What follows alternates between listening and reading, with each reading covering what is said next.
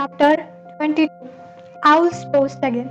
Harry, Hermione was tugging at his sleeves, staring at her watch. We have got exactly 10 minutes to get back down to the hospital wing without anybody seeing us before Dumbledore locks the door. Okay, said Harry, bending his gaze from the sky. Let's go. They slipped through the doorway behind them and down a tightly sprawling stone staircase. As they reached the bottom of it, they heard a voice. They flattened themselves against the wall and listened. It sounded like Fudge Snip. They were walking quickly along the corridor at the foot of the staircase. Only hope Dumbledore's not going to make difficulties. He was saying the kiss will be performed immediately, as soon as MacNair returned with the Dementors. This whole black affair has been highly embarrassing. I can't tell you how much I am looking forward to informing the Daily Prophet that we have got him at last. I dare say they want to interview you, Snape, and when young Harry is back in his right mind, I expect he'll want to tell the Prophet exactly how you saved him. Harry clenched his teeth. He caught a glimpse of Snape's smirk as he and Fudge passed Harry and Hermione's hiding place. Their footsteps died away. Harry and Hermione waited a few moments to make sure they had really gone. They started to run in opposite direction, down one staircase and the other, along the new corridor. They heard a cackling ahead.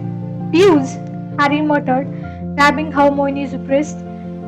In here, they tore into the deserted classroom to their left just in time. Hugh seemed to be bouncing along the corridor in boisterous good spirits, laughing his head off. Oh, he's horrible, whispered Hermione, her ear to the door. I bet he's all excited because the Dementor are going to finish off Cyrus. She checked her watch. 3 minutes, Harry. They waited until Pew's gloating voice had faded into the distance, then slid back out of the room and broke into run again. Hermione, what will happen if we don't get back inside there before Dumbledore locked the door? Harry panted. I don't want to think about it. Hermione moaned, checking her watch again. 1 minute. They had reached the end of the corridor with the hospital wing entrance. Okay, I can hear Dumbledore, said Hermione tensely. Come on, Harry. Crept along the corridor. The door opened. Dumbledore back appeared. I'm going to lock you in, they heard him saying. It is 5 minutes to midnight, Miss Granger. 3 turns should do it. Good luck. Dumbledore backed out of the room, closed the door, and locked out his wand to magical lock it, panicking. Harry and Hermione ran forward. Dumbledore looked up and a wide smile appeared under the long sleeve moustache. Well, he said quietly, we did it, said Harry breathless. Cyrus has gone on Buckbeak. Dumbledore beamed at them. Well done. I think he listened intently for any sound within the hospital wing. Yes, I think you have gone to get inside. I'll lock you in. Harry and Hermione slipped back inside the dormitory. It was empty except for Ron, who was still lying motionless in the bed. As the lock clicked behind them, Harry and Hermione crept back to their own beds. Hermione, tucking the time turner back under her robes.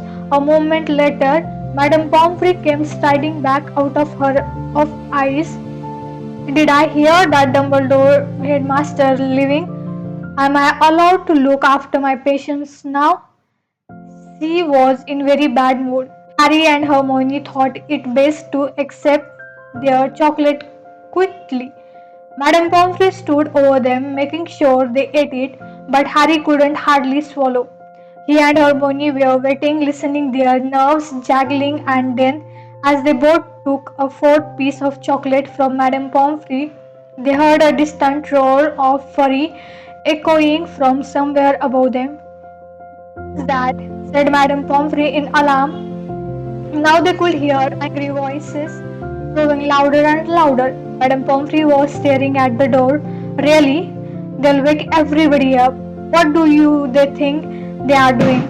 Harry was trying to hear what the voice were saying. They were drawing nearer.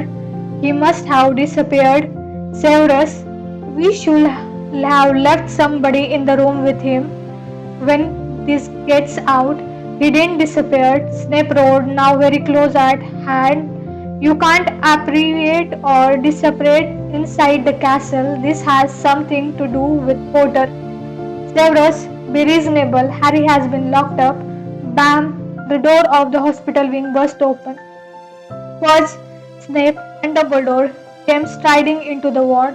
Dumbledore alone looked calm. Indeed, he looked as though he was quite enjoying himself.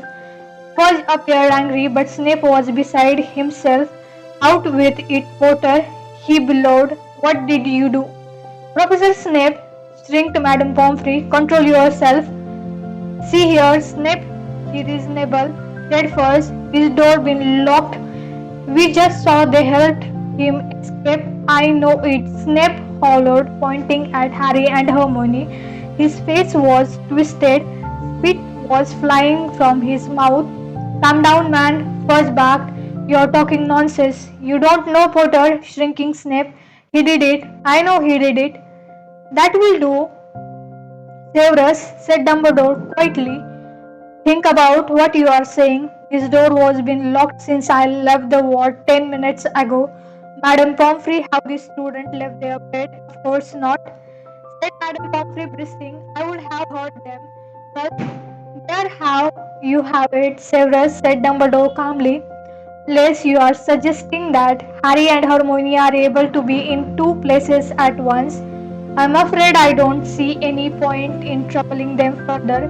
Snape stood there, sitting staring from Fudge, who looked truly shocked at his behavior, to Dumbledore, whose eyes were twinkling behind his glasses. Whirled about ropes, twisting behind him, and stormed out of the ward. Bello seemed quite unbalanced at first, staring after him. I had watched out for him if I were you, Dumbledore. Oh, he's not unbalanced, said Dumbledore quietly. He's just suffered a severe disappointment.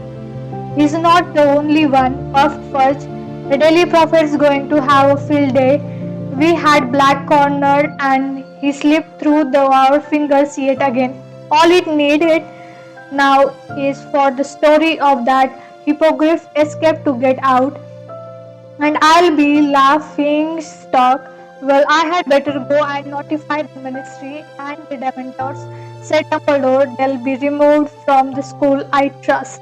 Oh yes, they'll have to go, said Fudge, running his finger distractedly through his hair. Never dreamed they had attempted to administer the kiss on an innocent boy, completely out of control. No, I'll have them pack up back to Azkaban tonight. Perhaps we should think about dragon at the school entrance.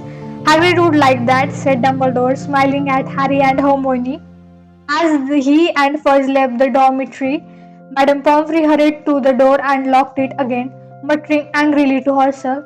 She headed back to her office. There was a low moan from other end of the ward. Ron had woke up. They could see him sitting up, rubbing his head, looking around. What? What happened? He groaned. Harry, what are we in here? Where is the Cyrus? Where is Lupin? What's going on? Harry and Hermione looked at each other. You explain, said Harry, helping himself to some more chocolate. When Harry, Ron, and Hermione left the hospital wing at noon, it was to find an almost deserted castle. The sweltering heat and the end of the exam meant that everyone was taking full advantage of another Hogsmeade visit. Neither Ron nor Hermione felt like going, however, so they and Harry wandered onto the ground, still talking about the extraordinary event of the previous night and wondering where Cyrus and Buckbeak were now. Sitting near the lake, watching the giant squid waving its tails lazily above the water, Harry lost the thread of the conversation as he looked across to the opposite bank. The stag had galloped toward him from there just last night. A shadow fell across them and they looked up to see a very blear-eyed Hagrid, mopping his sweaty face with one of his tablecloth-sized handkerchief and beaming down at them. No, I shouldn't feel happy after what happened last night, he said. I mean, Black escaping again and everything, but guess what? What they said, pretending to look curious. Dicky, he escaped. He's free, been celebrating all night. That's wonderful, said Hermione, giving Ron a reproving look because he looked as though he was close to laughing. Yes, can't have tied him up properly, said Hagrid, gazily happy. Out over the ground, I was worried this morning mine, though he might meet Professor Lupin on the grounds, but Lupin says he never ate anything last night. What? Said Harry quickly. Blimey, haven't you heard? Said Hagrid, his smile fading a little. He lowered his voice, even though there was nobody in sight. Snape told all the Slytherins this morning. Thought everyone know about now Professor Lupin is a werewolf. See, he was loose on the ground last night. He's packing now, of course. He's packing, said Harry, alarmed. Why? Living, isn't he? Said Hagrid, looking surprised that Harry had to ask. Resign first. Thing this morning. Say he can't risk it happen again. Harry scrambled to his feet. I'm going to see him, he said to Ron and Hermione. But if he is resigned, doesn't sound like there is anything we can do. I don't care, I still want to see him. I'll meet you back here. Lupin's office door was open. He was already packed most of his things. The Gridlow empty tank stood next to his battered old suitcase, which was open and nearly full. Lupin was bending over something on his desk and looked up only when Harry knocked on the door. I saw you coming, said Lupin, smiling. He pointed to the parchment he had been poring over. It was the Mordor's map. I just saw Hagrid, said Harry, and he said you resigned. It's not true, is it?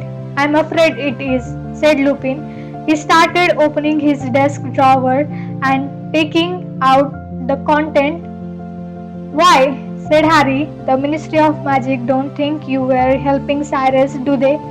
Lupin across to the door and closed it behind Harry. No, Professor Dumbledore managed to convince us that I was trying to save your lives. He signed that was the final straw for Severus. I think the loss of the Order of Merlin hit him hard, so he accidentally let slip that I am a werewolf this morning at breakfast. You're not leaving just because of that, said Harry. Lupin smiled wryly. This time tomorrow, the owls will start arriving from parents. They will not want a werewolf teaching their children, Harry. And after last night, I see their point. I could have beaten any of you. That must never happen again. You are the best defense against the dark art teacher we have ever had, said Harry. Don't go. Lupin shook his head and didn't speak. He carried on emptying his drawer. Then, while Harry was trying to think of a good argument to make him stay, Lupin said, from what the headmaster told me this morning, you saved a lot of life last night. Harry, if I am proud of anything I have done this year, it's how much you have learned. Tell me about your patrons. How do you know about that? Said Harry, distracted. What else could have driven the Dementors back? Harry told Lupin what happened when he had finished. Lupin was smiling again. Yes, your father was always a stag when the transformed. He said you guessed right, that's why we called him Prongs. Lupin threw his last few books into his case, closed the desk drawer and turned to look at Harry. Here, I brought this from the shrinking shack last night, he said, handing Harry back the invisibility clock, and he hesitated, then held out the Mordor's map too. I'm no longer your teacher, so I don't feel guilty about giving you back this as well. It's no use to me, and I dare say you, Ron, and Hermione will find uses for it. Harry took the map and grinned. You told me, Moni, Wormtail, Padfoot, and Cronch would have wanted to lure me out of school. You said they had have thought it was funny. And so we would have, said Lupin, now reaching down to close this case. I have no hesitation in saying that James would have been highly disappointed if his son had never found any of secret passage out of the castle. There was a knock on the door. Harry hesitantly stuck the murderous map and the invisibility clock into his pocket. It was Professor Dumbledore. He didn't look surprised to see Harry's there. Your carriage is at the gate, Remus, he said. Thank you, headmaster. Lupin picked up his old suitcase and the empty Grindelwald tank. Well, goodbye, Harry, he said, smiling. It has been a real pleasure teaching you. I feel sure we'll meet again sometime. Headmaster, there is no need to see me to the gates. I can manage. Harry had the impression that Lupin wanted to leave as quickly as possible. Goodbye then, Remus, said Dumbledore soberly.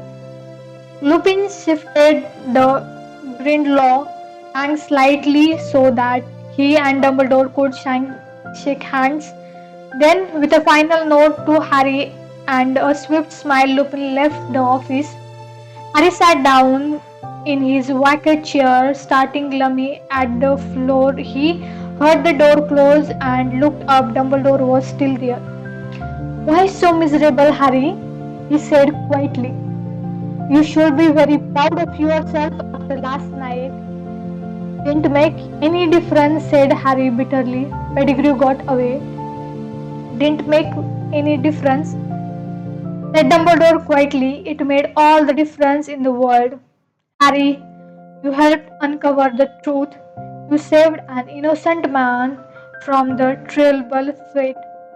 Terrible, sometimes tired in Harry's memory. Greater and more terrible than ever before. Professor Trelawney's prediction. Professor Dumbledore, yesterday when I was having my deviation exam, Professor Trelawney went very, very strange. Indeed, said Dumbledore. Stranger than usual, you mean? Yes. Her voice went all deep and her eyes rolled, and she said Voldemort's servant was going to set out to return to him before midnight. She said the servant would help him come back to power. Harry stared up at Dumbledore, and then she sort of become normal again, and she couldn't remember anything she said. Was she making real prediction? Dumbledore looked mildly impressed. Do you know, Harry, I think she might have been, he said thoughtfully. Who had have thought it? That brings her total of real prediction up to 2. I should offer her a pay raise. But Harry looked at him aghast. How could Dumbledore take this so calmly? But I stopped Cyrus and Professor Lupin from killing Pettigrew. That make it my fault if Voldemort came back. It does not, said Dumbledore quietly.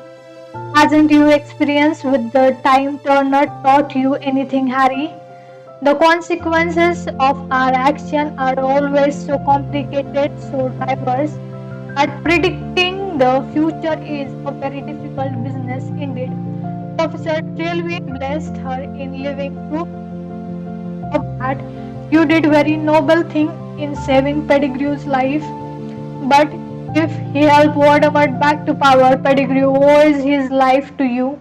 You have set Voldemort a deputy who, in your depth, when one wizard saves another wizard's life, it creates a certain bond between them. I am so much mistaken if Voldemort wants his servant in the depth of Harry Potter. I don't want a connection with Pettigrew, said Harry. Said my parents. This is magic at its deepest. It's most impenetrable, Harry. Trust me, the time may come when you will be very glad you saved Pettigrew's life. Harry couldn't imagine when that would be. Dumbledore looked as though he knew what Harry was thinking. I know your father very well, both at Hogwarts and later. Harry, he said gently, you would have saved Pettigrew too. I am sure of it. Harry looked up at him. Dumbledore wouldn't laugh. He could tell Dumbledore, I thought it was my dad who had conjured my patrons. I mean, when I saw myself across the lake, I thought I was seeing him. An uneasy mistake to make, said Dumbledore softly. I expect you're tired of hearing it, but you do look extraordinarily like James. Except for the eyes, you have your mother's eyes. Harry shook his head. It was stupid, thinking it was him. He muttered, I mean, I knew he was dead. You think he did. We love ever truly leaves us. You think that we don't recall them more clearly than ever in times of great trouble. Your father is alive in you, Harry, and shows himself most plainly when you have need of him. How else could you produce that particular patron's Punch Road again last night? It took a moment for Harry to realize that Dumbledore had said last night. Cyrus told me all about how they become animagi, said Dumbledore, smiling. An extraordinary achievement, not least keeping it quiet from me. And then I remembered the most unusual form your patrons took when it charged Mr. Malfoy down at your quick match against Ravenclaws. You know, Harry, in a way, you did see your father last night. You found him inside yourself, and Dumbledore left the office, leaving Harry to his very confused thought. Nobody at Hogwarts now knew the truth of what happened the night that Cyrus, Buckbeak, and Pettigrew had vanished, except Harry, Ron, and Hermione and Professor Dumbledore. As the end of term approached, Harry heard many different theories about what had really happened, but none of them came close to the truth. Malfoy was furious about Buckbeak. He was convinced that Hagrid had found a way of smuggling the Hippogriff in safety and seemed outraged that he and his father had been outridden by a gatekeeper. Percy Weasley, meanwhile, had much to say on the subject of Cyrus Snape's escape. If I manage to get into the ministry, I'll have a lot of proposal to make about magical law enforcement. He told the only person who would listen, his girlfriend Penelope. Though the weather was perfect, though the atmosphere was cheerful, though he knew they had achieved the near impossible in helping Cyrus to freedom, Harry had never approached to the end of school year in worse spirit. He certainly wasn't the only one who was sorry to see Professor Lupin go. The whole of Harry's defense against the dark art class was miserable about his resignation. Wonder what they'll give us next year, said Seamus Finnegan gloomily. Maybe a vampire, suggested Dean Thomas hopefully. It wasn't only Professor Lupin's departure that was weighing on Harry's mind. He couldn't help thinking a lot about Professor Tranway's prediction. He kept wondering where Pettigrew was now, whether he had sought sanctuary with Voldemort yet. But the thing was that was lowering Harry's spirit most of all was the prospect of returning to the Dursley for maybe half an hour, a glorious half hour. He had believed he would be living with Cyrus from now on, his parents' best friend. It would have been the next best thing to having his own father back. And while no news of Cyrus was definitely good news because it means he had successfully gone into hiding, Harry couldn't help feeling miserable when he thought of the home he might have had and the fact that it was now impossible. The exam result came out of on last day of term. Harry, Ron, and Hermione had passed every subject. Harry was amazed that he had got through portions. He had shrewd suspicion that Dumbledore might have stepped in to stop Snape failing him on purpose.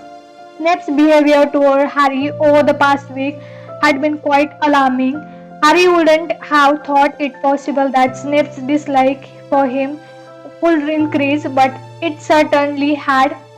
A muscle twitched unpleasantly at the corner of Snape's thin mouth every time he looked at Harry. He was constantly flexing his fingers as though itching to place them around Harry's throat.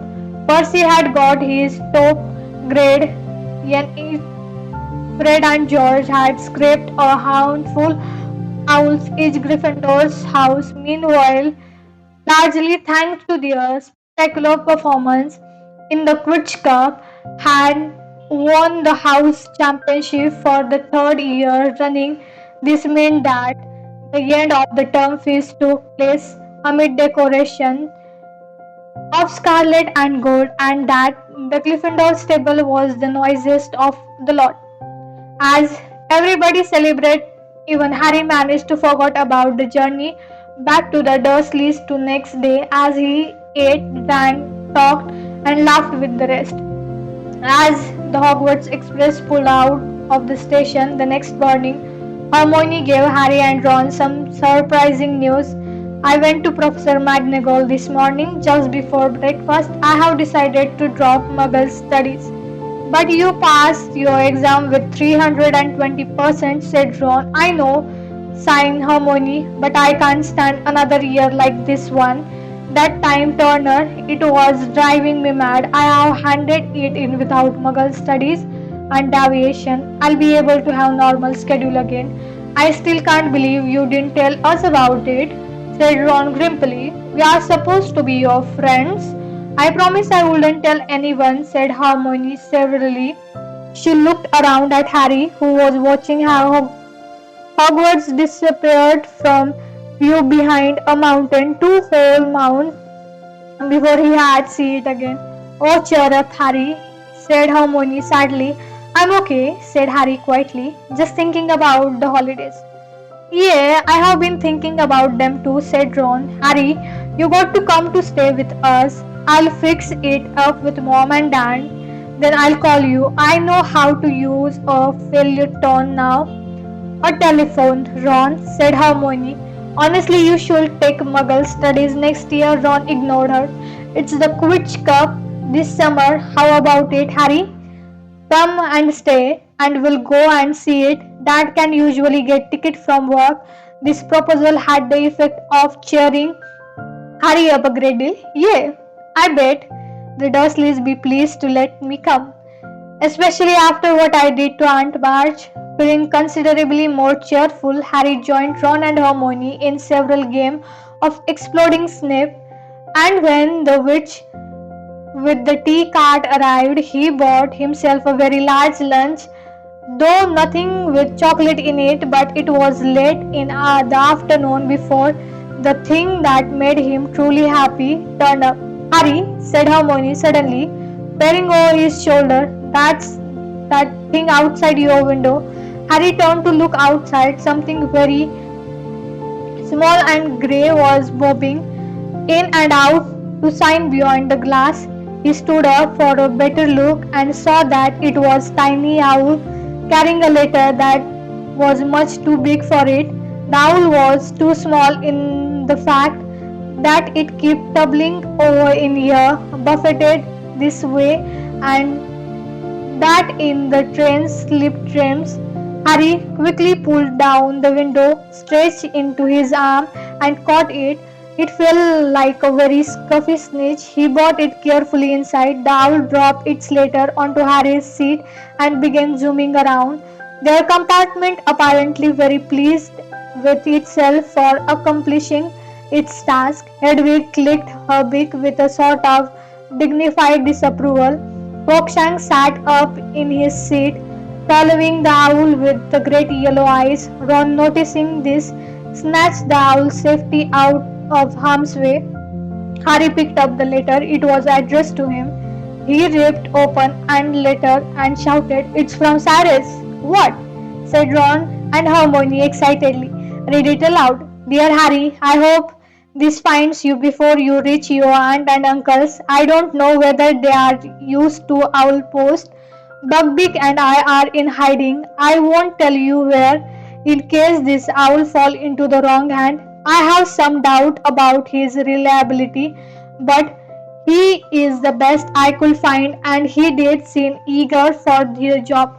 I believe the Dementor are still searching for me, but they hadn't a hope of finding me here. I'm planning to allow some muggle to glimpse me soon, a long way from Hogwarts, so that the security on the castle will be little. There is something I never got around to tell you during our brief meeting. It was I who sent you the firebolt. Ah, said Hermione triumphantly. See, I told you it was from him. Yes, but he didn't jinx it, and he, said Ron. Ouch. The tiny owl, now putting happily in his hand and nibble one of his fingers in what seemed to think was an affectionate way. Crookshank took the order to the owl office for me. I used your name but told them to take the gold from my own Grignot's world. Please consider it as a 13th birthday worth of presenting you your godfather. I would also like to apologize for the fright I think I gave you that night last year when you left your uncle's house. I had only hoped to get a glimpse of you before starting my journey north, but I think the sight of me alarmed you. And then posing something else for you, which I think will make your next year at Hogwarts more enjoyable. Whenever you need me, say the word, the house will find me. I write his status. He is even excited because we got another piece of parchment paper. He read it through quickly and felt suddenly was warm and contented as though he had swallowed a bottle of what but so dear in one gulp. Cyrus Black, Harry Potter's godfather, hereby gave his permission to visit Hogsmeade again.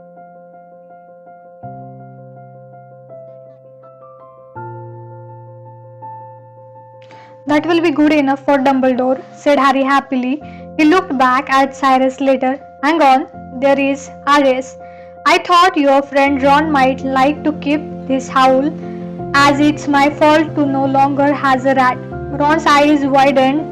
The minute owl was still hooting excitedly. Him, he said uncertainly. He looked closely at the owl for a moment. Then, to Harry's and Hermione's great surprise, he held him out for Crookshank to sniff. What do you reckon? Ron asked the cat. Definitely an owl. Crookshank roared. That's good enough for me, said Ron happily. His mind, Harry read and reread letter from Cyrus all the way back into King's Cross Station. It was still clenched tightly in his hand as he, Ron and Hermione stepped back through the barrier of platform 9 3/4. Harry spotted Uncle Vernon at once. He was standing a good distance from Mr. and Mrs. Weasley's, eyeing them suspiciously, and when Mrs. Weasley helped Harry in greeting, his worst suspicion about them seemed confirmed. I'll can about the World Cup, Ron yelled after Harry, and Harry bade him and Hermione goodbye, then wheeled the trolley bearing his trunk and Hedwig's case toward Vernon, who greeted him in his usual fashion. What's that? He sneered, staring at the envelope Harry was still clutching in his hand. If it's another form for me to sign, you have got another. It's not, said Harry cheerfully. It's a letter from my godfather. Godfather? Sputtered Uncle Vernon. You haven't got godfather? Yes, I have, said Harry brightly. He was my mum and dad's best friend. He's a convicted murderer. He is broken out of a wizard's prison and he is on the run. He liked to keep in touch with me, though keep up with my news checks if I am happy. And grinning broadly at the look of horror on Uncle Vernon's face, Harry set off toward the station exit, Hedwig rattling along in front of him for what looked like a much better summer than the last year. That's it for today. Thank you so much. Stay tuned for next part.